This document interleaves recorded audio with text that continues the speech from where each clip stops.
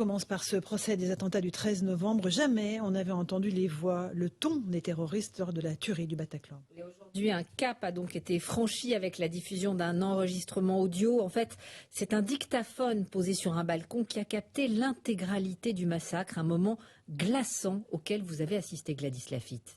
Oui, un extrait qui dure 4 minutes. Il y a d'abord du brouhaha, mais très vite le silence. Et puis 2 voix d'hommes, 2 terroristes. Ils parlent calmement, le ton est à peine vindicatif, ce qui tranche avec leurs propos.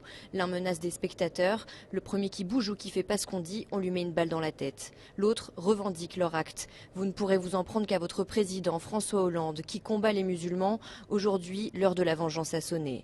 De temps à autre, il tire. On entend quelques gémissements au loin. Une écoute très dure pour les parties civiles dans la salle, certaines pleurent, mais une écoute nécessaire demandée par Arthur Desnouveau, président de Life for Paris. Je comprends bien qu'on ait voulu protéger les gens de choses trop difficiles, mais après 5 semaines où elles se sont mises à nu, est-ce qu'il était temps de le faire? Et il me semblait que cet audio-là était sûrement une pièce du puzzle les plus importantes, mais aussi parce qu'elle porte en elle les germes de questions politiques et que c'est les questions qui vont être abordées dans les semaines qui viennent. Arthur Desnouveau aimerait aussi que des images des scènes de crime soient diffusées pour montrer l'horreur. La Cour a promis d'y réfléchir. Gladys Lafitte à la Cour d'assises spéciale de Paris pour Europe 1.